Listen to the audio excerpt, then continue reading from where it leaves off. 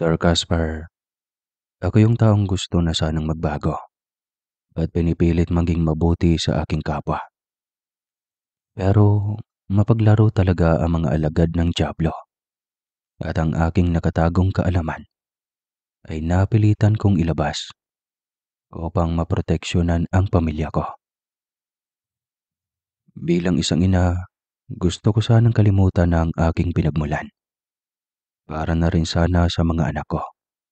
Yun bang mamumuhay na kami ng normal? Pero sadyang kailangan kong proteksyonan ang aking mag-ama sa kampo ng kasamaan.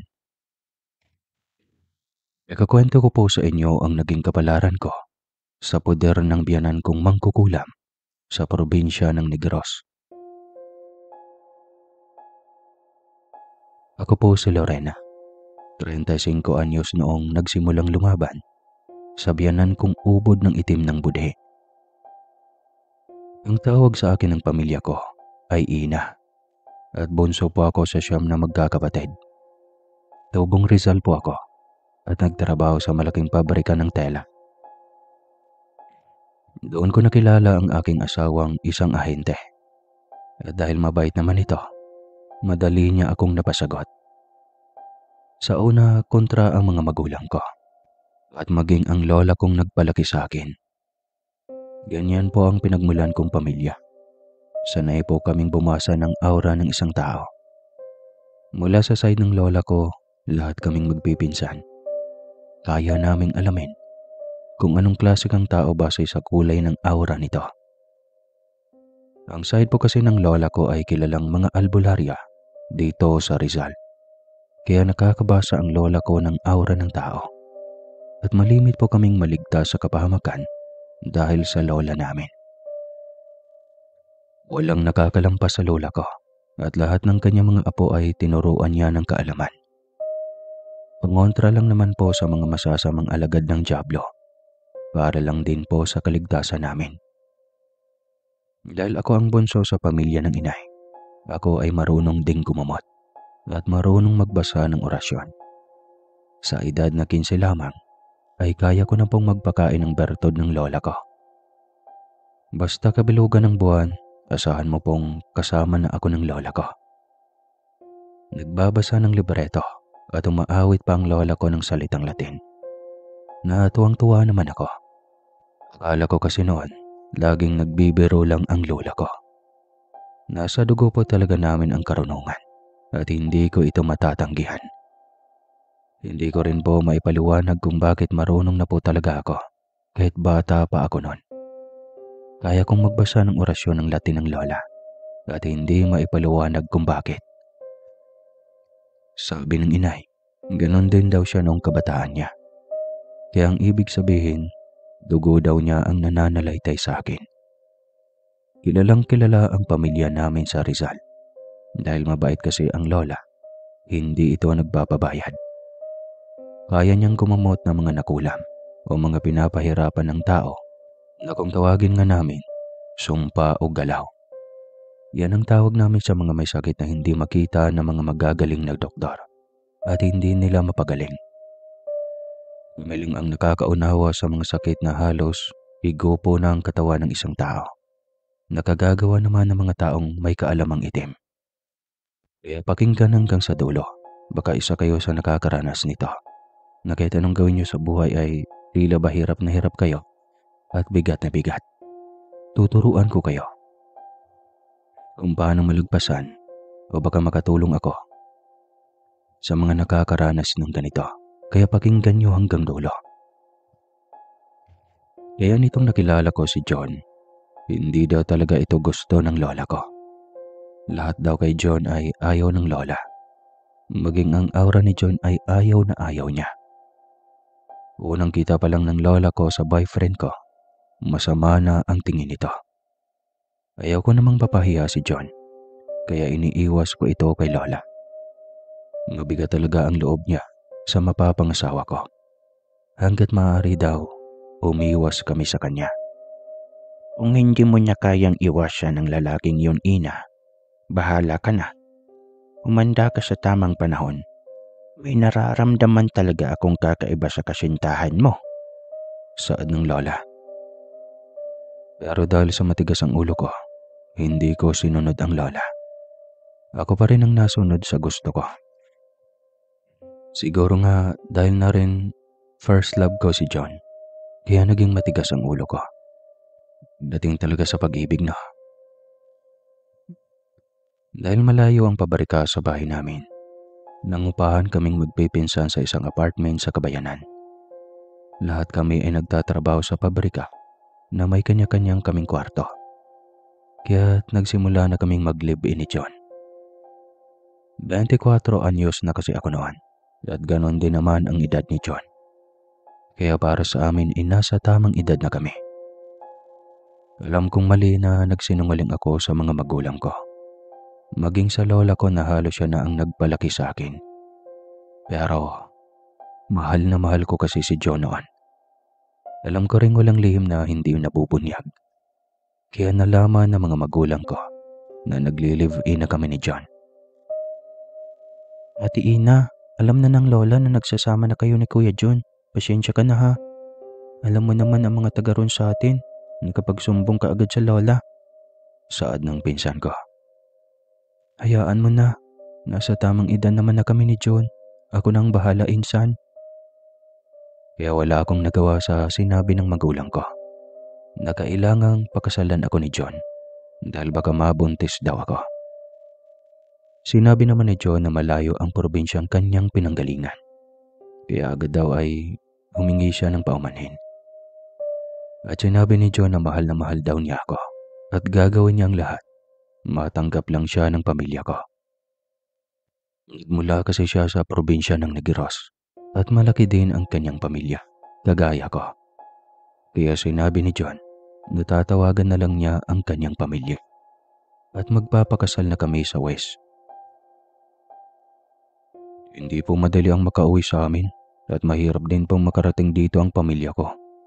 Malayo po ang bayan namin, liblib na lugar at malaki ang magagastos sa pamasahe. Mahirap po ang buhay namin doon, kaya nga po ako napadpad dito sa Rizal. Paliwanag pa ni John. Wala na rin namang nagawa ang aking pamilya at pumayag na sa gusto ni John. Patuloy pa rin kami nagtrabaho sa pabrika. Kahit kami ay ikinasal na sa West, walang nagbago. At sa loob lang ng 1 taon, nagdadalang tao na nga ako. Kita mo na, Ina. Tama ang inay mo. Nabuntis ka na hindi ka pa na ikakasal sa West. Kaya pagpipiyastahan ka ng mga musang sa barangay natin. Saad ng itay. Kahit pati ayaw namin sa asawa mo, nagawa naming tanggapin ito dahil mahal ka namin. Dagdag pa ng inay ko. Kahit nga alam kong ayaw ng pamilya ko kay John, naging mabuti naman itong asawa para sa akin. At ramdam ko naman ang pagmamahal niya sa akin. Mahirap man para sa akin at kahit mahal ko ang lola, na halos hindi ko na ito nakita. Dahil nga ayaw talaga niyang makita si John. Kahit ang anak ko ay hindi na niya nagawan tignan man lang. Kahit sabik na sabik ito sa kanyang apo sa tuhod, tiniis talaga ng lola na hindi lumapit sa amin. Masakit din para kay John dahil ayaw sa kanya ng lola ko. Dahil naging abala na rin ako bilang isang ina at nagtatrabaho pa rin kami sa pabrika, hindi ko na nakausap ng personal ang lola mula noon. Nananatiling palaisipan sa akin kung ano ba ang ikinaayaw niya sa aking asawa. Ang pamilya naman ni John ay lagi naming nakakausap online dahil nga sa makabagong kagamitan natin. Tulad ng cellphone, kayang-kaya naming laging makatawagan ng pamilya ni John. At naririnig nila minsan ang hagigik ng anak namin. Maging ako nakilala ng pamilya ni John dahil sa video call. At ang lagi naming nakakausap ay ang kanyang mga kapatid. Pero ang kanyang ama at ina, hindi ito nakikipag-usap sa cellphone dahil hindi daw sila komportable. Ina, pasensya ka na sa itay at inay ha. Hindi kasi sila marunong mag-cellphone. Hayaan mo at pipilitin nating makauwi ng Negros para naman makita ng inay at itay ang apo nila. Ni John. Hindi rin daw kasi nakapag-aral at mangbang sa paggamit ng mga gadgets ang kanyang mga magulang. Naunawaan ko naman ang mga ganong bagay dahil hindi rin naman nakatapos ang aking magulang. Maging ako nga ay vocational course din lang ang natapos dahil sa dami naming magkakapatid, hindi naman kami kayang pagtapusin ng pag-aaral ng mga magulang namin hanggang kolehiyo. Bilang bunsong anak, sa halip na magtampo ako, naghanap agad ako ng trabaho para makatulong naman sa gastusin sa bahay. Sa aming pagsasama ni John, masasabi kong payapa naman kami at walang pagbabago sa ugali ni John kahit alam niyang ayaw sa kanya ni na itay at inay. Mahal na mahal niya ang anak namin at pag kaming dalawa naman ay napasok sa pabrika, inaalagaan ng mga pinsan ko ang aking anak.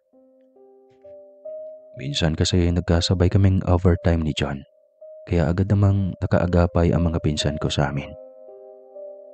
Tulungan kami sa pamilya namin, lalo na sa side ng lola. Pinalaki kami na nagtutulungan.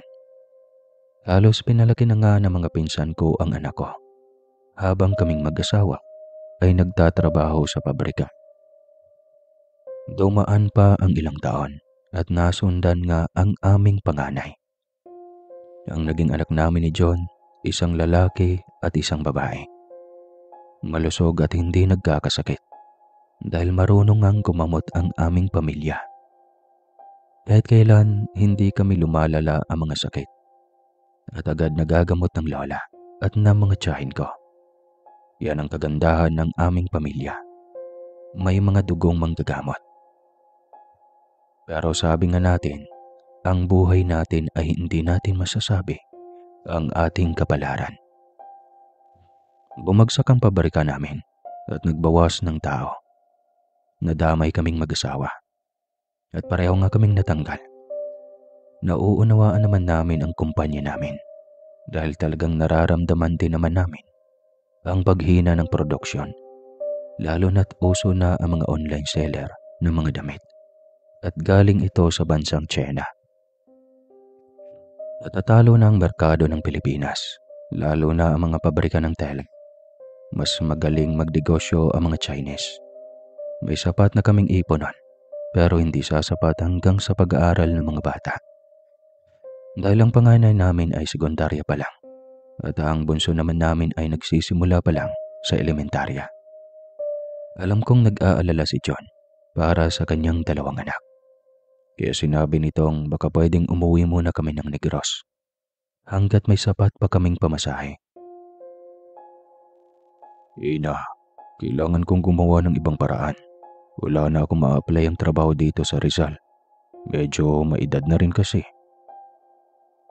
Suportado kita, John. Asawa mo ako. Kung ano ang naiisip mong tama, sige tara.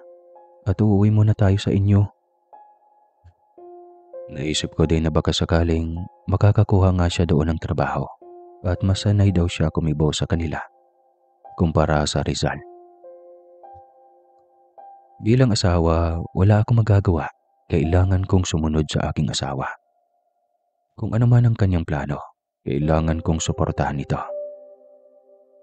Nagpaalam agad ako sa aking mga magulang at doon nakausap ko ng personal ang lola ko. Hindi ko na isinama si John upang maiwasan na lang ang gulo. Lola, gusto po uuwi na muna kami ng Negros ni John. Natanggal kami sa pabrika. Malaki na ang gastos ng mga anak namin. Gabayan mo ko ha. Tsaka mag-iingat ka. Matanda ka na Lola. Pangako, babalik ako dito pag hindi kami nagtatagumpay ni John doon. Titig na titig ang lola sa akin. Para bang pinipigilan niyang magsalita. Parang may gusto siyang sabihin pero nagdadalawang isip ito. Sa pamimilit ko nga, pag sinabi ko sa lola na nauunawaan ko naman siya. At sinabi nga niya ang lahat-lahat para sa akin. Napanganib apo ko. Naamoy ko ang dugo ni John. Kung hindi ako nagkakamali, galing sa angkan ng may kaalamang itim si John. Kahit kailan hindi pa ako nagkakamali, Ina. Kaya ang mga itinuro ko sa iyo ha, tandaan mo, ibang klase ang mga magulang ni John. May kaalamang galing sa demonyo. Pero Lola, mabait si John. At bakit wala naman akong nararamdamang kakaiba sa asawa ko? At Lola, pamilyado na ako. Gusto kong mabuhay ng normal. Hindi ba't sinabi ng ina yan sa iyo na ako'y huling apo mo na? Itatabi ko na muna ang kaalaman ko para na rin sa mga anak ko. At pumayag ka naman, hindi ba? Oo naman, apo ko.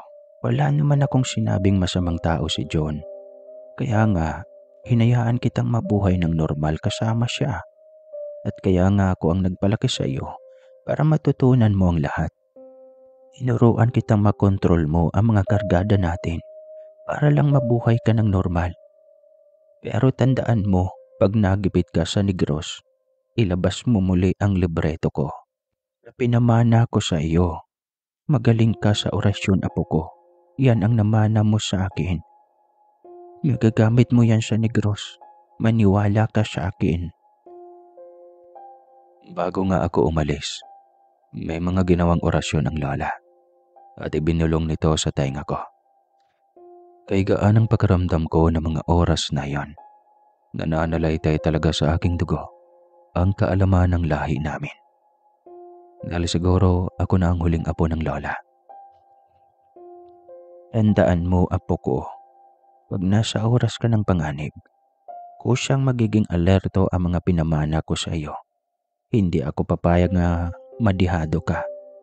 Mararamdaman ko pag nasa panganib ka. Mag-iingat ka ha. Pag may nararamdaman kang kakaiba sa biyanan mo, bumulong ka lang ng pangontra sa kanila at hindi ka na nila magagalaw. Yumakap lang ako kay lola at ewan ba, nakaramdam nga ako ng kakaiba. Mukhang may madadatnan nga yata ako sa Negros. Nakakaibang problema o panganib. Yun nga ang wika ni lola. Kailangan kong maging matatag.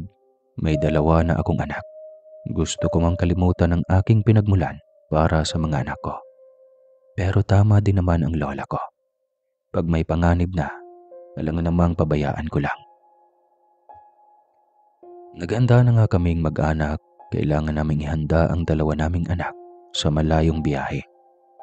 At pinaliwanag ni John sa amin ng mga anak na hindi sila mayaman sa Negros. Baka daw bihira na sila makakain ng mga fried chicken, hotdog o ano paman. Araw ng Sabado, nagsimula na kaming magbiyahe patungo ng Negros. Hindi ko na po babanggitin ang lugar o pinakabaryo upang maiwasan na rin na madamay ang mga taong wala namang kasalanan. Hindi nagsasalita sa biyahe si John. Ayan na naman ang namana ko sa lola ko. Minsan kaya kong basahin ang iniisip ng tao. Marahil na mga oras na yon, nag-aalala si John sa madadatnan namin. Mahal na mahal kasi ni John ang kanyang mga anak at kita ko naman kung gaano niya inaalagaan ang 2 naming anak habang lumalaki ang mga ito. Siguro naiisip lang ni John, mahirap lang sila sa Negros at ayaw niyang madamay sa kahirapan ang kanyang mga anak.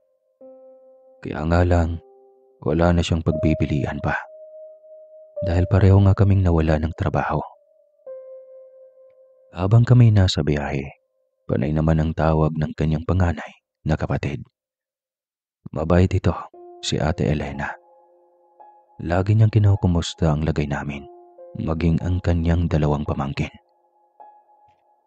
Minsan nga nagtataka na ako kung bakit hindi man lang tinatanong ni John ang kanyang ina. Basta ang lagi niyang kausap ay ang kanyang mga kapatid na babae. Mahaba man ang biyahe pero narating pa rin namin ang dapat marating. Sa pantalan pa lang, nakita ko na ang kanyang mga kapatid na masayang sinalubong kami. Niyakap at hinalikan ako ng kanyang ate at napakabait naman ito sa akin. Nakita ko kaagad sa kanilang anyo na simple lang silang manamit at kitang-kita ko ang kanilang pagkatao. Halatang hindi nga sila may kaya sa buhay. Mga lumang damit ang kanilang kasuotan at lumang tsinelas lamang ang kanilang gayak na para sa kanila ay espesyal na damit na iyon. Nung una ay para akong naiilang din, lalo na pag nagsasalita sila sa kanilang sariling lengguwahe. Medyo nakaramdam ako ng awa sa mga kapatid ni John. Kahit naman papano, may konti naman kaming ipon. At gusto kong kahit sa maikling panahon man lang, ay makatulong naman kami sa kanila. Ilang na ilang ang mga anak ko sa kanila dahil na rin siguro noon lamang nila nakita ang kanilang mga tiyahin. Pero hindi ko maalis sa aking isipan na bata pa naman ang kanyang ama't ina. Bakit kaya hindi man lang kami sinalubong? Isang lumang pangpasaherong jeep ang sinakyan namin. Narentahan daw iyon ng bayaw ni John. At masayang-masayang nakikipagkwentuhan si John sa kanyang mga kapatid. Halatang-halatang miss na niya ang mga ito. Habang kaming mag-iina, nakatingin lang at nakangiti. Kailangan pag-aralan ko muna ang bawat kilos nila. Sabi nga ng lola, kailangang alerto ako. Habang tinititigan ko ang anyo ng mga kapatid ni John, ang unang-unang pumasok sa isip ko. Halatang hindi sila nag-aaral. Maging ang kanilang pananalita, hindi marunong ng purong Tagalog. May halo pa rin sarili nilang lengguwahe. Siguro pinakausapan lang sila ni John na Tagalog kasi nandyan ako. Pero nauunawaan ko naman. Napuna ko pa ng isang kapatid ni John. Laging nakatingin sa bag ko at ang bag ng mga pamangkin niya. Dahil pareho ng may cellphone ng anak ko, lagi siyang nakatingin sa mga kagamitan namin. Nakaramdam tuloy ako ng takot. Pero kailangan kong sumuong sa anumang mararanasan namin. Dahil napakalayo ng negro sa pinagmulan ko. Kung ano man ang mangyari sa amin, ang una-una kong poprotektahan ay ang dalawa kong anak. At hindi ako papayag na madihado kami. Pinalaki ako ng lola ko na palaban, kaya hindi ako papatalo sa kanila kahit anuman ang mangyari. Hindi ko alam kung bakit ng mga oras na yon, nakaramdam ako ng takot para sa mga anak ko. Iniisip ko na lang na baka naman advance lang ang utak ko. Mabuti na rin iyon para maging alerto ako. Halos 4 na oras din ang biyahe namin. Dumaan kami sa maliit na kabayanan at umambad sa akin ang lugar ni na John. Mas malawak ang kagubatan at kokonti ang kabahayan. Napaisip ako, hindi ko pinangarap na lumaki doon ang dalawa kong anak. Hindi kami sanay. Hindi naman kaartihan pero kahit naman sinong ina na pinalaki na ang 2 anak sa kabayanan. Pagkatapos dito kami titira ni John. Hindi talaga ako papayag. Bababa namin sa malaking highway. Naglakad pa kami papasok. Iniisip ko, paano na lang kung malakas ang ulan? Hindi kami makakalabas agad ng kabayanan. Muli, iniisip ko ang kalagayan ng aking 2 anak. Habang si John, excited at miss na ang kanyang lugar. Ina, ang mga bata ha. Basta ako ang bahala. Pasensya ka na sa maabutan mo ha. Magtiwala ka lang sa akin. Bulong ni John sa akin. Sa di kalayuan, natanaw ko ang isang malaki rin namang bahay. Ang kalahati ay sementado. At ang kalahati ay yari na sa kahoy. May malawak na bakuran. At natanaw ko rin sa di kalayuan ang mga maisang nahalatang yun ang kanilang ikinabubuhay. Tahimik ang lugar, kukunti ang mga kapitbahay. Sa isip ko na lang, kakaawa naman kaming mag-ina kung sakaling magkagapitan sa lugar na ito. Bumulong tuloy ang aking bunso at sinabing, Inay, ayaw ko po dito. Napayakap na lang ako sa bunso kong nakakaawa. Malapit na kami sa bakuran nila. Wala pa rin ang ama't ina ni John. At bago kami makapasok sa kanilang pintuan, may lumabas na mag-asawa Talatang kausap ng nanay ni John. Babalik na lang kami Aling Patreng sa susunod na linggo at dala ko na ang bilin mo. Sige po, alis na kami ha at malayo pang biyahe namin. Saad ng babae. Habang inihatid ng inay ni John sa kanilang trangkahan o bakod na kahoy. Nilampasan kami at hindi man lang pinansin ang dalawa niyang apo. May edad na rin pala ang biyanan ko. Mukhang senior citizen na. At naapon ako kaagad dito na badumi ito sa katawan. Hindi ko gusto ang amoy. Habang dumaan ito babalik sa loob ng bahay, nakaupo na kami sa sala nila. Madilim, mainit, parang sikip na sikip kami sa loob. Gayong malawak naman ang loob ng bahay nila. Kaya na naman ang aking namanang kakayahan sa lola. Aktibo na naman. O John, yan pala ang manugang at apo ko. Hintayin niyo ang tatay mo at nasa bukid lamang. Mukhang pagod ang mag-ina mo. Pumunta muna kayo sa taas at magpahinga. Nakahanda ng kwarto niyo doon. Uwi ka ng biyanan ko at hindi man lang ito natitig sa mga mata ko. Ay, salamat. Baka kako sa itaas ay maaliwalas na. Baka may hangin na at makakahinga na ako ng maluwag. Sa isip ko, habang binubuhat ni John ang mga maleta namin. Di na, tara sa taas. Nagluluto pa ang inay at ate. Pahinga muna kayo ha. Kaya ni John sa akin at hindi ko na muli nakita ang biyanan ko. Pumasok kasi ito sa isang kwarto katabi ng kusina. Habang abala naman ang kapatid ni John sa paghanda ng pagkain namin. Sa itaas, sa awa ng Diyos, mahangin dahil may malaking balkonahe. Yun inay, kisarap ng hangin. Saad ng panganay ko na halatang iritable na rin. Inay, sabihin mo kay itay, ayaw ko dito. Bulong naman ng bunso kong babae. Sobrang ramdam ko kung ano ang nararamdaman ng mga anak ko. Siguro nararanasan nyo na to. Yung bang tipong first time nyo sa isang bahay na pumunta tapos hindi kayo komportable. Kapag ganoon ang nararamdaman nyo, ay huwag na kayong tumuloy. Pakiusap. Hindi man magkukulang o aswang sila, pero may mga ugali sa nakatira ng bahay na yon na hindi mo gusto. Awang-awa ako sa bunso ko. Nagtagalan kami sa balkon at napaupo na sa sahig. Nag-iisip ako, paano ang buhay namin sa lugar na iyon? Hindi na kami nakapasok sa kwarto. Mas maaliwalas kasi sa balkonahin nilang yari sa kahoy. May 2 kwarto ang itaas at mukhang sa bunsong anak ang kabilang kwarto na nagtatrabaho daw sa malayong lugar ng Negros. Lalaki daw ito at binata.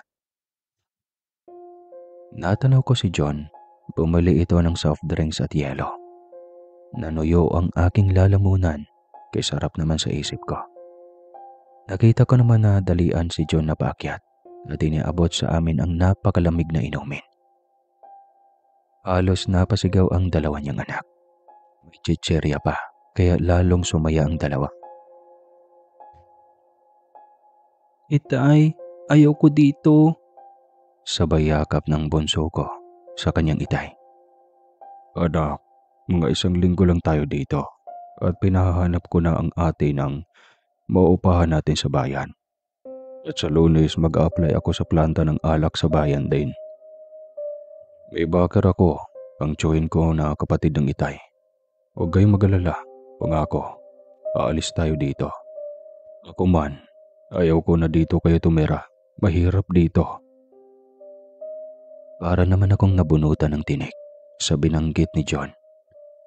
Pansamantala ding naupo si John sa tabi namin at humingi siya ng pasyensya sa akin. Mabait ang asawa ko. Yan ang panghahawakan ko. Ramdam ko ang kanyang pagmamahal sa aming mag-iina. Kaya kahit mahirap ang aming sitwasyon, siya ang kinukuhanan ko ng lakas. Tara na sa baba, kakain na tayo. Kagutom na rin eh. Basta pagdating ng itay magmano kayo ha. Huwag kayong matatakot. Laging madumi ang itay at inay dahil sa bukid ang trabaho nila. Wika pa ni John at nauunawaan ko naman ang gusto niyang ipabatid. "Upo na kayo, Ina. Mga pamangkin ko, tayo kakain na. Tinola at pretong manok ang ulam natin." Alok ng Ate Elena na laging nakatawa sa akin. Dumating nga ang biyanan kong lalaki. Malaki ang katawan nito kahit matanda na. Halatang batak sa bukid. Hindi ito nangiti sa amin. Sa isip ko na lang, baka pagod ito sa maisa nila o kung anong taniman man. Mano po itay, apo mo po at asawa kong si Ina. Tara na po, kakain na. Tinanggap naman ang aming pagmano sa kanya, pero hindi siya kagaya ng ibang lolo na sabik sa apo. Maya-maya pa ay lumabas na rin sa kwarto ang biyanan kong babae at umamoy ang kandila. Nakakaiba ang dating sa akin. "Ay na tayo. Hala na.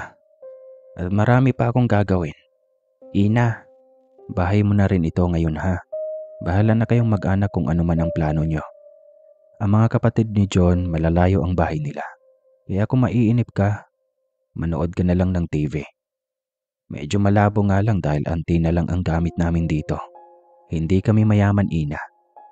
Kaya kung pinalaki nyo ang ampo namin sa karangyaan, hindi sila tatagal dito." Naunawaan ko naman ang kanyang sinabi. Kaya lang bakit kaya hindi siya natingin sa mata ko habang nagsasalita. Nahalata kong ayaw niya sa akin. At bakit ganoon? Hindi man lang kaming nagdasal bago kumain na nakasanayan na naming mag-asawa. Tahimik kaming kumain nang biglang tumayo ang biyanan kong lalaki. Mukha namang tapos na itong kumain. Hindi man lang kami kinausap. Hinawakan lang sa ulo ang dalawa kong anak at lumabas na ng bahay. Werdo. Iyan ang pumasok sa isip ko. Ugaling nakasanayan na nila. Expect ko pa naman noon kapag probinsyano ay magalang. O di kaya ay talagang marunong magkipagkapwa-tao. Habang si John laging nakatingin sa akin, alam kong nag-aalala ito sa magiging reaksyon ko sa kanyang mga magulang. Matapos namin kumain, inutusan kong maligo ang dalawa kong anak at mahiga na sa kama kako. 6:00 na kasi ng hapon noon. Hirapan man sa signal, sa taas naman ay medyo nakakakuha sila. Kaya hinayaan ko na lang sila sa kwarto. Nagalisa na rin ang mga kapatid ni John. Ako naman naghanap ng walis at nagsimula ng magwalis sa kusina. Napakatahimik ng paligid. Tahol ng aso sa malayong lugar ang tangi kong naririnig. Si John naman kinausap ang kanyang bayaw para samahan siya sa planta ng alak. Parinig ko na nag-uusap ang dalawa sa likuran ng bahay nila. Ang biyanan kong babae naman, nagkulong na naman sa kwarto niya at hindi na lumabas. At kakaibang amoy ang nalabas sa sewang ng kanyang pintuan habang ako'y napapadaan habang nagwawalis din. Akala siguro ng biyanan kong babae na nasa itaas na rin ako.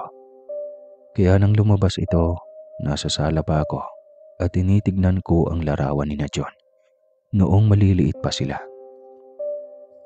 Nagulat ito at bakit daw hindi ko sinamahan ang dalawa kong anak sa itaas. "Inihintay ko lang po si John, Nay, at sabay na kami pa itaas." "Mukhang hindi ka sanay sa buhay sa bukid Ina. At ang basa ko sa iyo, hindi ka tatagal sa ganitong buhay." "Hindi naman, Inay. Lahat po ng bagay ay napag-aaralan. Sa buhay natin ngayon bawal ang mahina. Sanay po kami ni John sa hirap. Galing po kami sa pabrika na ang gabi ay araw pa rin para sa amin. Inay, huwag mo po akong pag-isipan ng ganyan. Hindi po kami mayaman sa Rizal." May kakaiba sa iyo, Ina. At ako kasi may kaunting kaalaman. Manggagamot ako dito sa bayan namin. Takbuhan ako ng mga taong nakuha ng hustisya. Alam mo na yon, at parang may kakaiba sa iyo. Parang nahuhulaan ko na ang sinasabi ng lola ko na may kakaiba sa pamilya ni John. Mukhang kagaya ng angkan ko, may kaalaman din ang biyanan ko. Pero minamahina ko ang kanyang alam. Dahil hindi niya nararamdaman ang mga itinanim ng lola ko sa katawan. Malakas lang ang kanyang pakaramdam. Yun lang ang lagi niyang sinasabi. Pero ako, sa amoy pa lang ng ginagamit niyang kandila, alam kong may kaalaman siyang galing sa masama. Hindi lang siya manggagamot. Halata ako sa mga mata niya na isa din siyang mangkukulam. Inay, wala namang kakaiba po sa akin. Baka po dahil lamang sa ngayon lang tayo nagkakilala, kaya ganyan ang nababasa mo sa aura ko. Ako man marunong bumasa ng aura ng isang tao, kaya okay lang po yan. Medyo napatulala ang biyanan ko at hindi na nakapagsalita. Bigla namang pumasok na ng bahay si John at inaya na akong mamahinga na sa itaas. Bahagi akong lumingon sa biyanan ko. Nakatingin ito sa akin habang paakyat ako ng hagdan. Kailangan kong mag-ingat, may kakaiba sa aking biyanan. Pag hindi ako magiging alerto, mukhang talo ako dahil nasa teritoryo niya ako. Wala akong sinabi kahit na anuman kay John, kahit pa may nahahalata na ako sa kanyang ina. Kahit kasi baliktarin man ang mundo, ina pa rin niya ang biyanan ko. At baka mamaya kampihan ni John ang kanyang ina, at iyon ang kinakatakutan ko. Mula nga ng araw na iyon, naging alerto na ako palagi. At sa bawat lalapit sa akin ng aking biyanan, agad akong bumubulong ng pangontra. Ang itim na bag na may pangontra at bulong ng lola ko, inilalabas ko na ito sa maleta ko. Itinuro ko na sa damit ng mga anak ko, ang mga mutya na pangontra. Ipinadala iyon ng lola sa akin. Maging ang libreto ay hindi ko inaalis sa katawan ko, at ang mga kwentas ng mutya na may mabisang pangontra sa kagaya ng biyanan ko. Isinusuot ko na ito araw-araw at ginawa kong kwintas. Mula nga noon, laging palayo ang aking biyanan sa akin.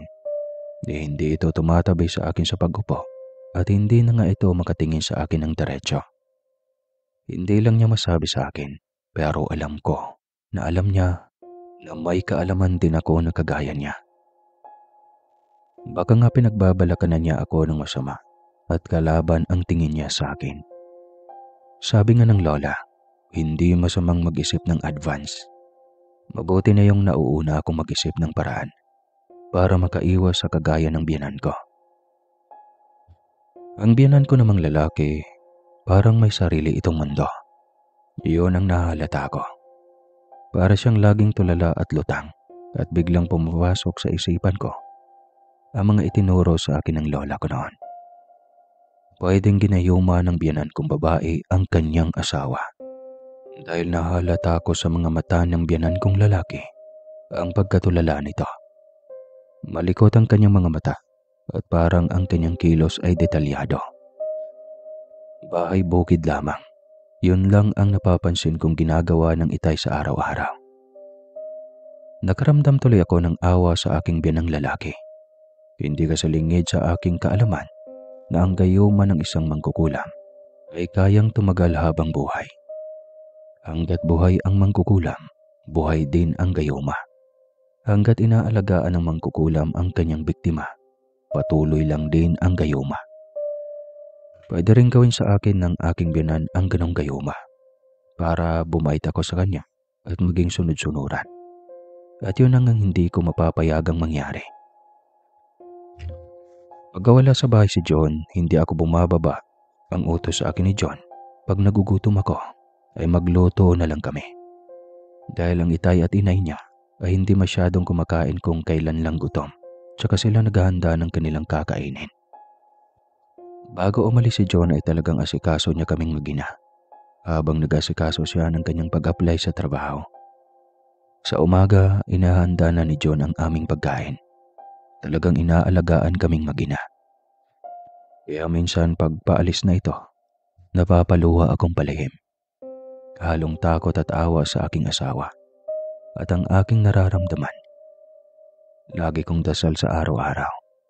Makakuha na sana siya ng bahay na mauupahan namin sa kabayanan. Kaya pa naman ng aming ipon at hindi pa naman kami maghihirap. Sa loob nga ng 4 na araw, umuwi si Joe na masaya. Halos niyakap ako at buhatin sa tuwa dahil natanggap na daw siya sa planta ng alak. Malakas daw pala ang tiyuhin niya sa may-ari nito. Ina, mga anak ko, eto na, may trabaho na muli ang itay niyo. Pangako, mag-aaral muli kayo at babangon tayo. Salamat sa Diyos, Ina. Salamat sa suporta mo, ha. Kaya masayang-masaya si John.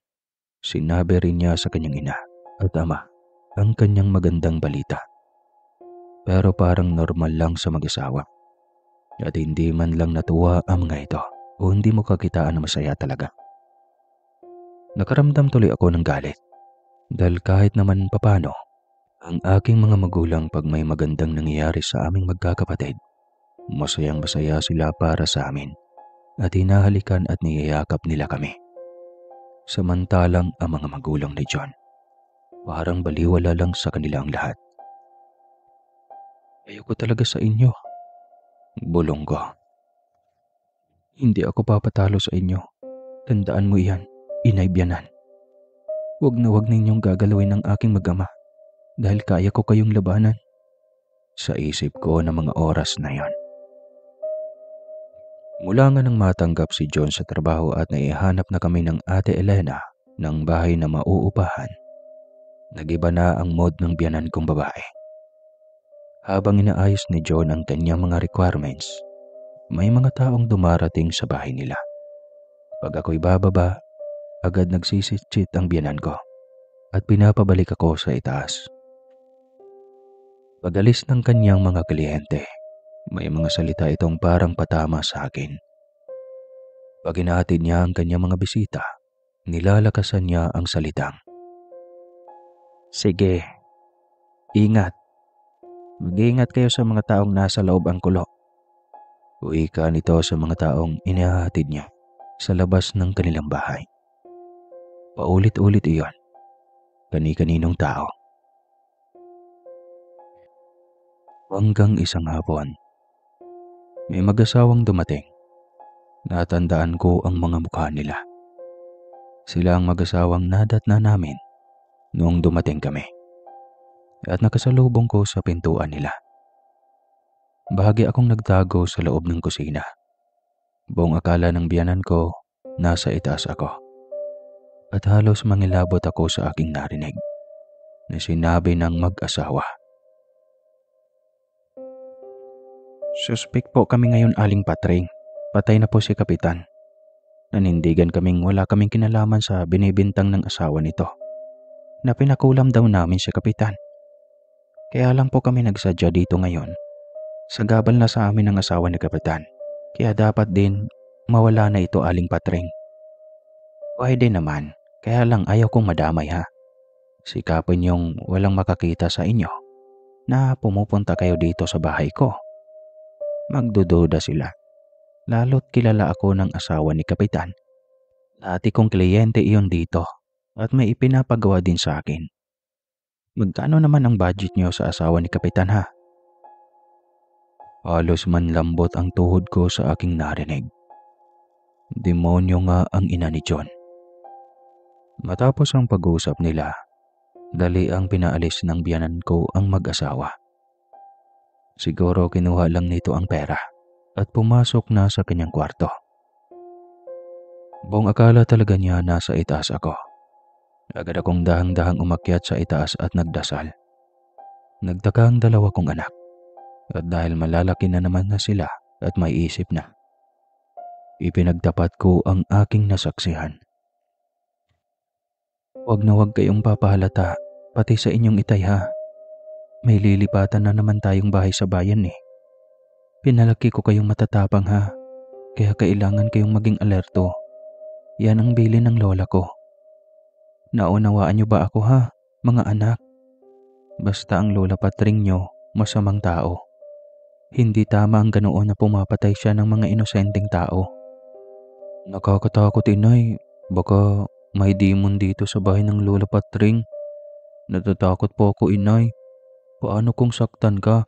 Paano na kami? Bumalik na tayo sa atin, inay. Magdasal kayo. Yan lang ang panlaban natin. Basta ang bilin ko, ha. Mamaya na tayo bababa pagkadating ng itay niyo. Bandang 5:00 ng hapon, dumating si John at binigyan daw siya ng boss niya ng 3 araw para makalipat ng bahay. Malapit lang sa planta ng alak ang nakuha ng kanyang kapatid. Lakad lang daw mula sa planta. Masayang nagkukwento si John pero ako tulala at marami nang tumatakbo sa aking isipan. Pinipilit kong hindi ako mahalata ni John. Ayaw kong lumaki ang problema namin. Bago kami matulog, bumaba si John at nagkwento sa kanyang inay tungkol sa kanyang trabaho. Kami naman nananatili sa itaas at nakikiramdam. Nangingilabot pa rin ako pag naaalala ko ang kanilang pinag-usapan at nasaksihan ko ang kademonyohan ng ina ni John.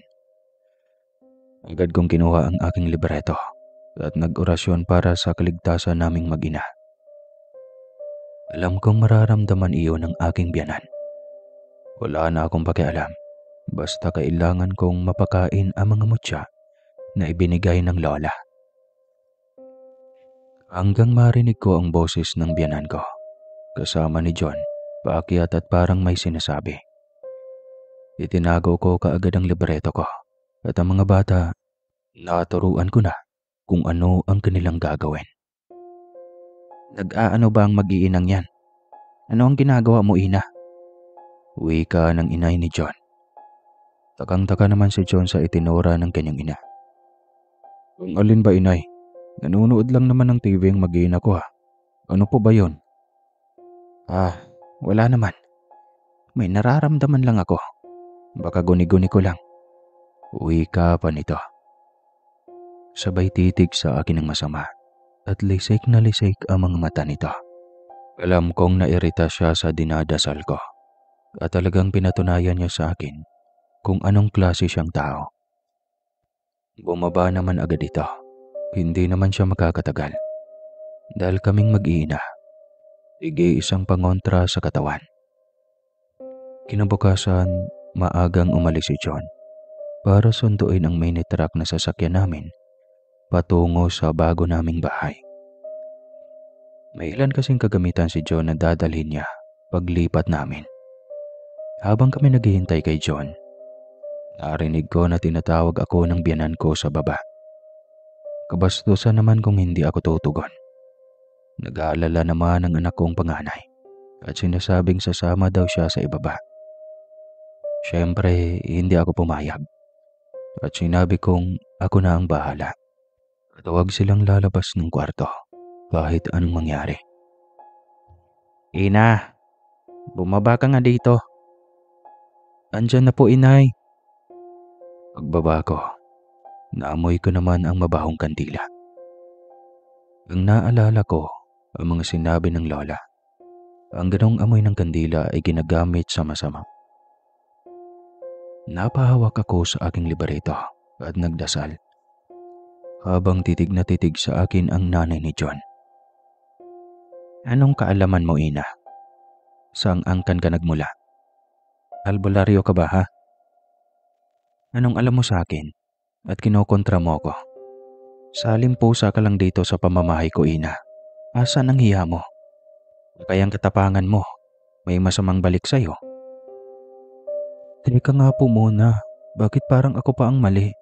At kung pagsalitaan niyo ko, parang ako ang mamamatay tao. Masama bang paghandaan ko ang masamang mangyayari sa aming mag-iina? Anong malay ko sa agenda mo po? Dumating ako ditong tao, saan na naman? Huwag niyo akong idamay sa kasalanang mortal niyo. Mahiya kayo sa mga apo niyo. Natatakot na sa inyo. Matapang ka, ina. Hindi mo ko kilala. Baka pagsisihan mo ang kayabangan mo. Baka pag umuwi ka ng Rizal na pantay na ang paa mo. Hanggat kaya kong pangalagaan ang kapayapaan naming mag-anak, walang ginagawang masama sa inyo. Forman na lang po sa ating dalawa, inay, kung sino sa atin ang babalikan ng karma. Alam mo, may balik ang mga ginagawa mo at ibang iba ang alam mo sa mga kaalaman ko. Ayaw kong gamitin ang kakayahan ko ng angkan ko, pero naaamoy po kita. Naamoy mo ang mga demonyo sa impyerno, inay. Kaya kapwa-tawad tayo. Kita ko ang kanyang mukha. Nagbabago ang kulay. At ang mata niya ay matalim. At ang puti ay nababalot na ng itim. Bubong-bulong na ito ng mga salitang Latin. Kaya nagsimula na rin akong umusal ng dasal na nagmumula sa aking libreto. Buti na lang at tumawag si John at ang ate Elena na nasa labas na ng bahay. Ina, handa na ba ang lahat? Tara na, kasama ko na ang mini truck. Naiwan sa bahay niyo sa bayan si John. May kinukumpuni sa kusina niyo. O inay, magkausap pala kayo ni Ina. May problema ba, inay? Wala anak. Namamaalam lang si Ina sa akin. Mga anak, baba na. Nandito na ang tita Elena niyo. Aalis na tayo. Sigaw ko naman sa mga anak ko. At kita ko naman na pinandidilata ni ate Elena ang kanyang ina. Na para bang sinasabihang inaano niya ako. Siguro nahalata nito ang kakaibang anyo ng mukha ng kanyang ina. Tara na, Ina. Mga pamangkin ko, sumakay na kayo sa unahan ng truck, ha. Kami na, Ina, ang magbubuhat ng mga maleta niyo. At si John na ang bahala sa iba. Mamaya babalik kami. Sige na, sumakay na kayo. Nahalata din siguro ni ate Elena na napapatakbo ang dalawa kong anak.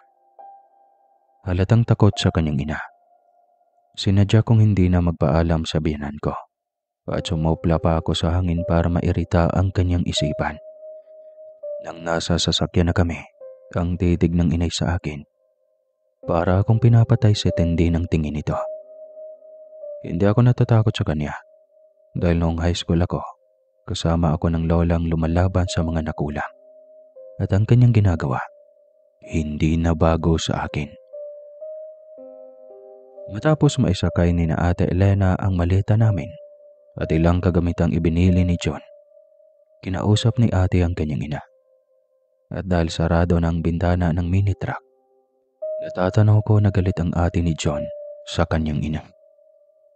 Halos 1 oras din ang biyahe bago narating na namin ang kabayanan. Maliit lamang ito pero halatang kompleto. Ang mga mall at sikat na fast food.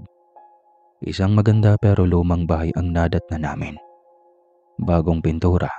At si John, pagod na pagod. Dahil pinilit nitong ayusin ang lahat para makalipat na agad kami. Kahit papano, maaliwalas at magaan ang pakaramdam namin sa bahay na inuupahan namin.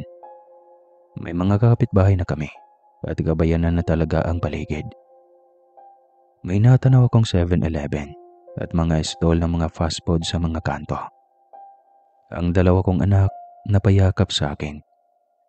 Naramdaman siguro nila na ligtas na kami. Oh, bakit parang paiyak ka na, Ina? Ito naman, huwag kang mag-alala. Nandito na tayo sa bago nating bahay. At ngako naman ako sa iyo, hindi ba? Ako ang bahala. Ni John. Lalo naman akong napaiyak dahil alam kong nasa Negros pa rin kami. At gasino ba namang puntahan ako ng nanay niya. Ngunit hindi pa rin ako papakampante. Alam kong gagawa ng paraan ang nanay ni John para makuha niya ako at mapagaya sa biyanan kong lalaki na napapasunod niya sa lahat ng kanyang gusto. Masaya lang ako, John, kasi namiss ko na kaagad ang lola at mga kapatid ko. Salamat, ha. Talagang pinilit mo na makalipat agad tayo. Salamat sa inyo ni Ate Elena, John. Hindi na ako nakapagpaalam sa itay mo. Kakahiya naman. Ako na ang bahala sa itay, ha. Mabuti pa magluto ka na, Ina. Handa na ang lutuan. Bagong bili ang stove natin at namalengke na ako. Ayun at inuupa ka na ng mga anak mo ang tinapay na binili ko. Diyan muna kayo at babalik kami ng ate sa bahay. Salamat po sa Panginoon sa aking mabuting kabiyak. Bulong ko. Umalis na ang magkapatid at kumaway pa sa akin ang ate. Mabuti na lang at ang magkakapatid hindi kagaya ng ugali ng kanilang ina. Naging abala na nga ako at inayos ko na ang kusina namin. Tanghalian na at late na rin, kaya agad akong nagsaing. Ang dalawa kong anak naman ay busy na sa kanilang cellphone. Malakas na kasi ang signal at may lutuing tinola. Kaya agad akong naghanda ng Ricardo. At habang abala na ako, nagulat ako sa nakita ng kaliwang mata ko. Dumaan ang isang malaking pusa na kulay brown sa tabi ko. Tumalon ito sa aming bintana palabas at bago ito lumukso, tumitig muna ito ng masama sa akin. Diyos ko, nasundan agad kami ng biyanan ko. Kailangan kong sirain ang mata niya na nakabantay sa amin. Hindi ako papayag na sa pamamahay ko siya pa rin ang mag-aari.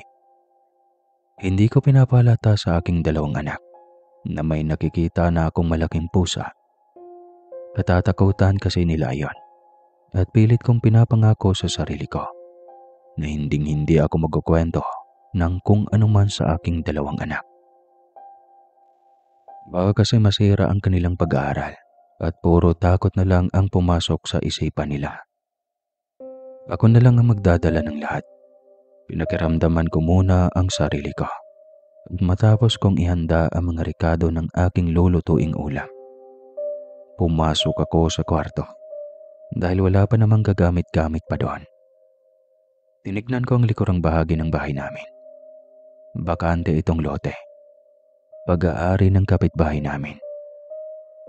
Pero maaliwalas naman ang palibot ng lote. Wala na akong makitang pusa. Alam kong tinitiyak lang ng aking biyanan kung saan ang eksaktong bahay namin. Agad kong kinuha ang libreto na nakatago sa pantalon ko. Binasa ko ang mga pangontra at muli akong gumawa ng proteksyon. Ikinalat ko sa buong kwarto namin at sa palibot ng bahay, pati likurang bahagi. Makakalapit man ang mga mata ng aking biyanan, pero pipilitin kong hindi na makakapasok pang muli ng bahay namin. Inalam ko muli ang itinuro sa akin ng lola. Ang isang orasyon na hindi kami malapitan ng kampo ng dilim. Maiirita sila at masasaktan ko sila pag nasa katauhan sila ng isang hayop. At pipilitin ko ang pangontra ng dalawa kong anak ay laging nakakabit sa kanilang mga damit at hindi pwedeng alisin sa kanilang katawan. Lahat ng pwede kong gawin habang wala si John ay ginawa ko na. May mga lihim akong isinabit sa bawat kanto ng pamamahay namin, sa loob ng banyo at maging sa sala, pati sa dalawang pintuan ng bahay namin. Hindi ako papayag na makapasok ang sino man sa pamamahay namin.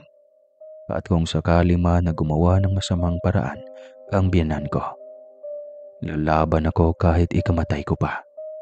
Huwag lang madamay ang dalawa kong anak at si John. Matapos kong gawin ang lahat, nararamdaman ko ang maluwag at maaliwalas naming pamamahay. Nakapag-ayos na ako, nakapagwalis ng aming kwarto at nakapagluto na rin. Maya-maya dumating na ang magkapatid ni John. Dala ang ilan naming kagamitan at bumili na rin si John ng bagong kama namin at ilang personal na kagamitan ng mga bata. May dala rin itong malaking TV, kaya naman tuwang-tuwa ang dalawa naming anak.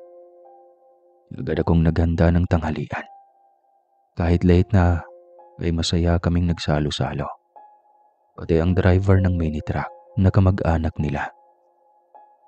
Ina, ito ang number ko ha. Kahit nasa kabilang bayan ang bahay ko, text mo ako or tawag lang. Dadating ako pag may emergency kayo. Wika ni Ate Elena. Ate, salamat at ang bait mo. Napakaswerte ko ate. Hindi ko malilimutan ang mga tulong mo sa aming mag-anak. At niyakap ko ito. At nahalata ko na napaluha ito. Ayaw ko naman na mapahiya ito sa akin. Kaya binaliwala ko na lamang ang kanyang pagluha. Bala-bala, hindi ko ito napansin. Aminin man niya o hindi sa akin. Alam kong alam nila kung anong klaseng nilalang ang kanilang ina. At ang pagluha ni ate ay pag-aalala sa akin. Alam niya na hindi ako titigilan ng kanyang ina dahil kalaban ang turing nito sa akin o isang malaking hadlang. 2 araw pa bago ang simula ng trabaho ni John. Marami pa itong ginawa at inayos. Ramdam ko na sinisigurado ni John na safe kami pagkapag wala siya. Magpahinga ka naman asawa ko. Aba, ilang araw ka nang laging pagod ah. Kailangang matapos ko lahat ng ito ina. Dahil ang trabaho ko daw minsan malimit na panggabi. Kaya kailangang safe kayo pag wala ako. Nakaramdam na naman ako ng takot. Malimit palang solo kami sa gabi. Pumasok sa aking alaala ang anyo ng kanilang ina. Nareplika na sa kanyang pagkatao ang kanyang sinasambang Panginoon na si Satanas. Ilang araw pa ngang dumaan, nagsimula na si John sa kanyang trabaho. Checker daw siya at minsan kasama ng ilang boss nila papunta sa ibang branch. Nakikiramdam ako sa gabi at alam ko namang ligtas kami sa loob ng bahay namin. Pero ang bakanting lote sa lukaran namin, naging tambayan na ng mga hindi pangkaraniwang pusa. Nahahatak ng kaalamang itim ng inay ni John ang ibang elemento sa paligid. Wala man akong kakayahan tungkol doon. Naipaliwanag naman ng lola ang lahat sa akin noon. Alam kong hindi lahat ng pusa na nakikita ko sa bakanting lote ay ordinaryong pusa lamang.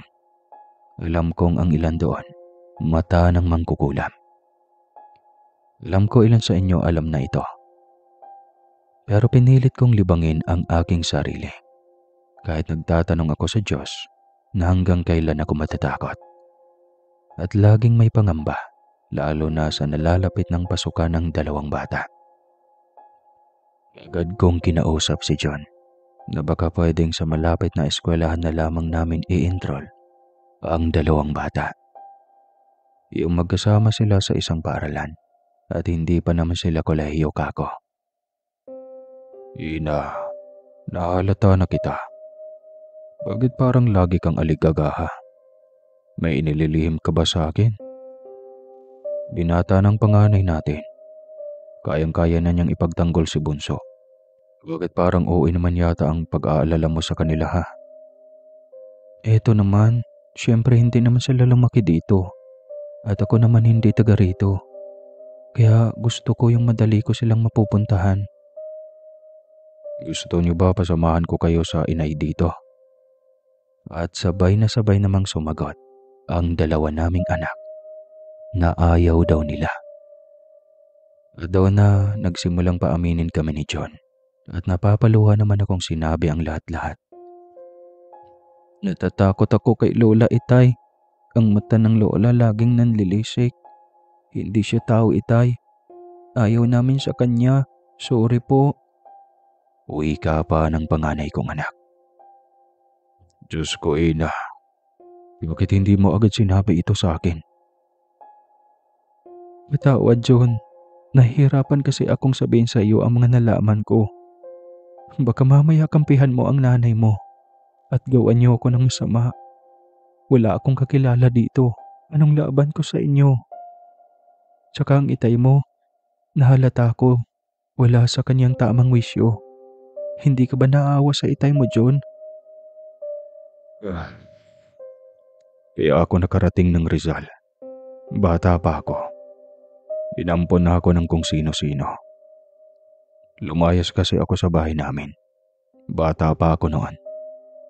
Maging mga kapatid ko, malalayo ang bahay sa amin kung napapansin mo. Dahil nahihiya na kami sa tao. Ina, huwag kang matatakot sa akin ha. Mahal na mahal ko kayo ng mga bata. Kayo ang buhay ko. Wala na kaming magagawa sa inay. Buong ang kanya. Ganyan ang gawain. Mula sila sa malayong probinsya. At tama ka, ang itay ay ginayuma lamang ng inay. John, may ipapainom tayo sa itay. Kaya kong alisin ang gayuma ng inay mo. Nagawa na namin dati ng lola yan. Huli na ang lahat, ina. Sabi ng magaling na albularyo dito sa Negros, sa edad na 73, magiging bedready na daw ito at hindi nagagana ang utak pag naalis ang gayuma ng inay. Palihim na ginagamot ng ate Elena ang itay, matagal na. Pero kinokontra ito ng inay. Napalugmok na lamang si John sa sahig namin at umiiyak dahil hindi daw niya kakayanin na may mangyayaring masama sa amin. Patawarin ako ng Diyos, ina. Oras na saktan kanya at ang anak ko. Huwag kang malimutan kung ina ko siya. Pati ang bunso naming kapatid na lalaki din. Hindi na bumalik sa amin. Dahil hiyang-hiya na rin sa tao at binubuli kami noon sa school. Ang nanay daw namin, mangkukulam. Niyakap ko na lang ang asawa ko. Yun lang ang tanging magagawa ko. Maging ang dalawa naming anak ay napayakap na rin sa kanilang ama. Basta Ida, pag may naramdaman kang kakaiba dito sa bahay, tawagan mo ako ha. Lalakad lang naman, nandito na ako sa bahay. O kaya i-text mo ang ate Elena. Lumalaban yan sa inay at kung masama lang kaming anak, may magaling na albularyong kakilala ang asawa ng ate at mas malakas ang kakayahan kumpara sa inay. Pero bilang anak, naaawa lang talaga kami. Ayaw naming maging kriminal kagaya ng inay. Naunawaan ko na ang lahat at nakahinga na ako ng maluwag. Mula nga noon, lahat ay sinasabi ko na kay John. Isang araw noon, Kwaresma nga noon, hindi ko malilimutan ang ginawa sa akin ng aking biyanan. Kita ko ang malaking ibon na nakadapo sa poste ng kuryente namin. Nagkataon naman na bakasyon si John. Abala ko sa paglalaba ng aming mga kumot at kortina. Nawala na sa isip ko ang ibon na nakatingin pala sa akin. Halos isang oras na itong nakabantay sa ginagawa ko. Dahil basa na ako, napilitan kong alisin ang mga pangontra kong kwintas. Maging ang aking libreto ay ipinatong ko muna sa di kalayuan sa pwesto ko. At kumuha lang pala ng pagkakataon ang malaking ibon. Dinagit niya ang ulo ko at napuruhan ng noo ko. Dumugo ito. John, tulong! Diyos ko! Diyos ko, ina! Taga namang sumaklolo si John sa akin. John, ang ibon. Ayun, nakadapo sa poste ng kuryente. Ang mata ng inay mo. Ano ba ang kasalanan ko sa nanay mo? Ano? Patawarin ako ng Diyos, inay. Magtutos tayo. Humanda ka sa mga anak mo. Sigaw ni John. Mababaw lang naman ang sugat sa noo ko at may itinapal kaagad akong papel na may sulat na orasyon. Mahirap na baka lumala ang sugat at baka pwede ko iyong ikamatay. Agad ko ding naisip na paano na lang kung ang napangasawa ni John ay walang kaalaman. Ibig palang sabihin papatayin na nga ako ng inay ni John. Kinabukasan maaga pa ay dumating na ang mga kapatid ni John. 2 araw kasi ang bakasyon ni na John. Hiyang-hiya sa akin ang 3 kapatid ni John na puro babae. Nakakahiya, ina. Patawad talaga. Dito muna kayo at kami ay babalik sa bahay namin. Uwi ka ng ate ni John. Pinakaramdaman ko naman ang sarili ko at wala naman akong nararamdamang kakaiba. Magaling talaga ang litanya ng lola na isinusulat sa papel. Gamot iyon sa mga sugat na kagagawa ng kulam. Magsara kayo ha, mga anak ko. Ang inay niyo bantayan niyo ha. Kakausapin lang namin ang lola niyo at dapat itigil na niya ang ginagawa niya sa inay niyo. Ani John. Sama-sama ang mga magkakapatid at halata ko ang galit ni John sa nanay niya. Maging ang ate Elena, napansin ko na may dala itong maliit na bote. Mukhang may dala itong pangontra sa kanilang ina. Dumaan ang maghapon at wala akong natatanggap na tawag o text man lang kay John. Nag-aalala ako na baka mamaya, pati mga anak niya ay kinalaban na rin ang biyanan ko. 6:00 na ng hapon nang umuwi si John. Nahalata kong aligaga ito. Nagkainitan daw ang dalawa ng ate Elena niya at ang kanyang inay. At ang dala daw na panlaban ng ate niya sa kanilang ina ay hindi nila sukat akalain na mapupuruhan ito at na ospital pa daw ang biyanan ko. At kahit pala hindi kasama ng ate Elena ang kaibigan niyang albularyo, ay may ginagawa na ito sa kanilang ina. At nakoma daw ang biyanan ko at nasa ospital. Agad na ring umalis si John upang asikasuhin ang biyanan ko sa ospital. Lalong lumala ang sitwasyon. Naawa ko sa asawa ko. Parang pakiramdam ko, kagagawan ko ang lahat. Ina, matulog na kayo ng mga bata. Magsara kang mabuti ng bahay. Natawag ako kung paparating ako. May natawag na at kaboses ko, huwag kang tutugon. Text ni John. Sumagot lang ako ng oo at nagsara na nga kami at bandang 8:00, mahimbing nang natutulog ang dalawang anak ko. Ako naman ay hindi makatulog, kaya nagkape muna ako sa sala namin. Bandang 11:00 ng gabi, ramdam ko na parang may tao sa labas ng gate namin. Pero inisip ko agad ang bili ni John. Hindi siya uuwi. Hindi naman ako mapakali dahil para bang ang yabag ng mga paa ay pabalik-balik at sinasadyang sipain o paluin ang gate namin. Napilitan akong sumilip sa butas ng bintana namin at nanlaki ang mga mata ko. May babaeng nakaitim. Ang titig na para bang alam niya na nakasilip ako. Ang babae ay nakahod ang ulo ng kanyang jacket na itim. Kaya hindi ko mawari kung bata ba o matanda na ito. Nangilabot ako at agad nag-text kay John. Ayaw kasing umalis ng babae. At si John naman ayaw sumagot sa text at call. Kay ate Elena ako nag-try na mag-text, pati tawag. Pero pareho silang busy. Hanggang biglang parang may bumabato sa aming bubungan. At ang mga butiki sabay-sabay na napapalatak na alam kong hindi iyon pangkaraniwang nangyayari. Nanindig ang aking mga balahibo at muli kong sinilip ang babae sa labas ng gate namin. Andoon pa rin ito at parang robot na hindi kumikibo. Nagdasal na ako at paulit-ulit kong binabaybay ang mga orasyon sa libreto ko. At ang ultimatum na turo ng lola ang magsindi ako ng kandila at sunugin ko ang kaparasong papel ng libreto ko. Uulit-ulitin ko daw na banggitin ang pangalan ng kampo ng Diablo. Kailangan kong gawin ang huling alam ko. Wala na akong mahinga ng tulong ang dalawa kong anak. Tinabihan ko ng matinding pangontra upang kung ano man ang mangyari sa kanila, hindi sila mapapahamak. Habang abala na ako sa aking ginagawa, isang boses ang aking narinig sa labas ng bahay namin. Saktong 12:00 na noon at para bang sinasadya na guluhin ang isipan ko.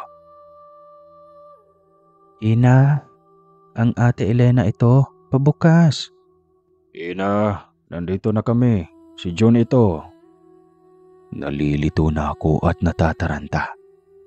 Kaya kahit alanganin na at alam kong mag-aalala ang pamilya ko sa Rizal, tinawagan ko ang inay at sinabi kong kailangan kong makausap ang lola. Sinabi ko sa kanila ang totoong kalagayan ko ng mga oras na yon at sinabi kong kailangan ko ang tulong ng lola ko. Nag-video call kami. Lumalakas ang loob ko. Nakikita ko ang inay at itay at mga kapatid ko. Nataranta na nga ang buo kong pamilya. Nagising ang lahat at ang lola, alam na niya ang gagawin namin. Sabayan mo ko, apo. Huwag mong papansinin ang mga boses. Hindi yan ang asawa at ang kapatid niya.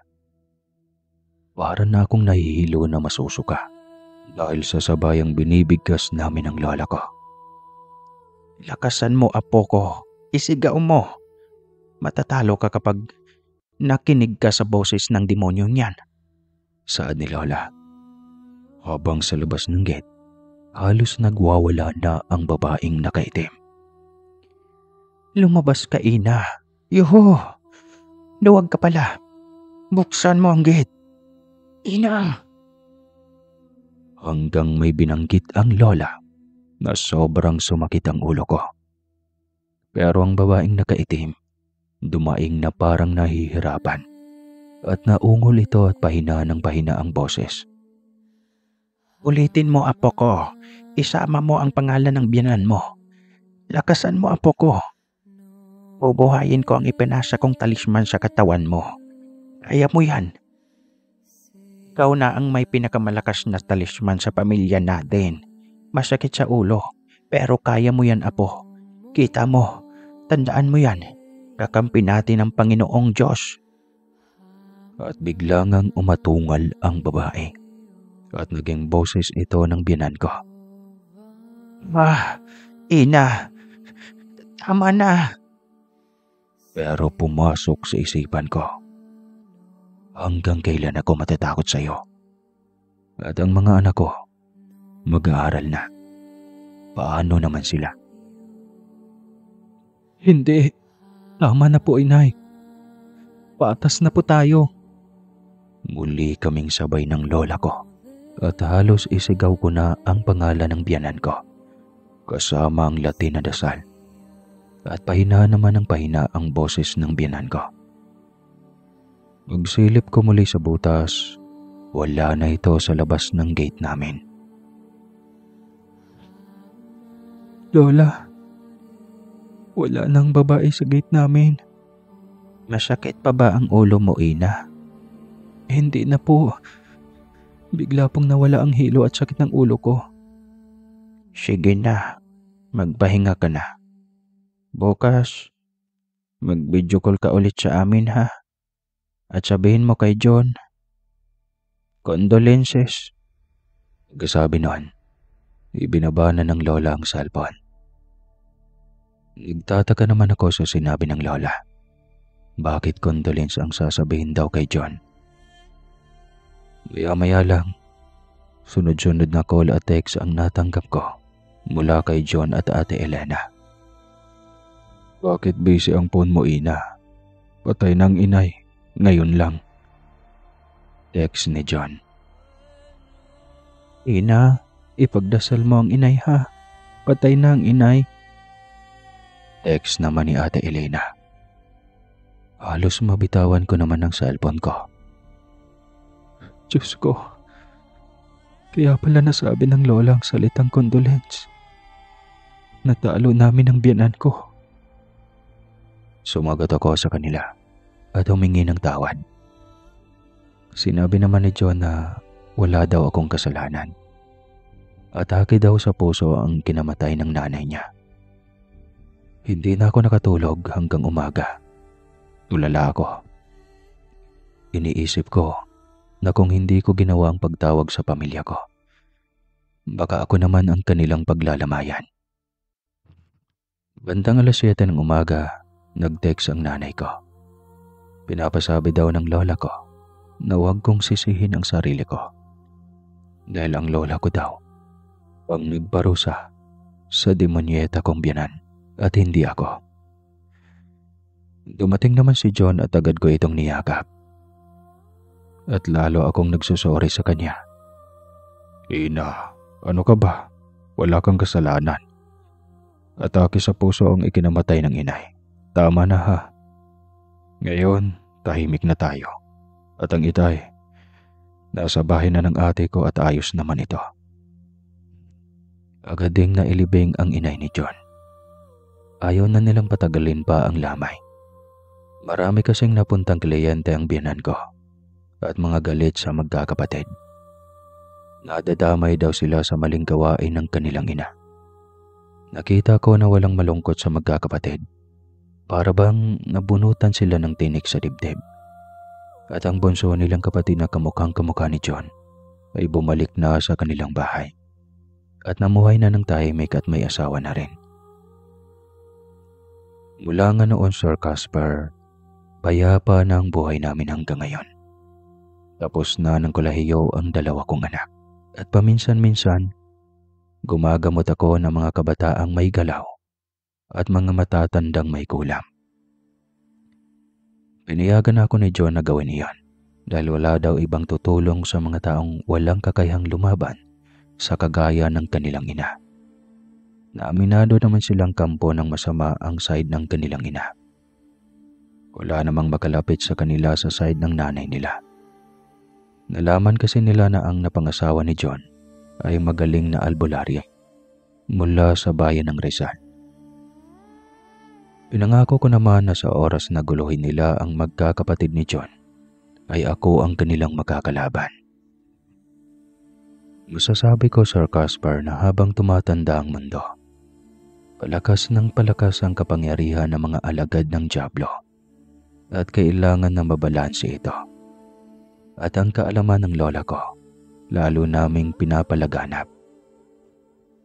Ang panganay ko ay dahan-dahan ko na ring tinuturuan ng mga pangontra upang sa kanyang pagtanda at may makaharap na kagaya ng biyenan ko, alam na niya ang tamang panlaban dito. Hanggang ngayon po ay buhay pa ang lola ko. 96 na po ito at masasabi kong malakas pa rin ito. Hanggang dito na lang po, Sir Casper, ang kwento ng pakikipaglaban ko sa matapang na mangkukulam ng Negros na walang nagawa sa magaling na albularya ng Rizal. Muli po, ako po si Lorena, Uina for short. Maraming salamat.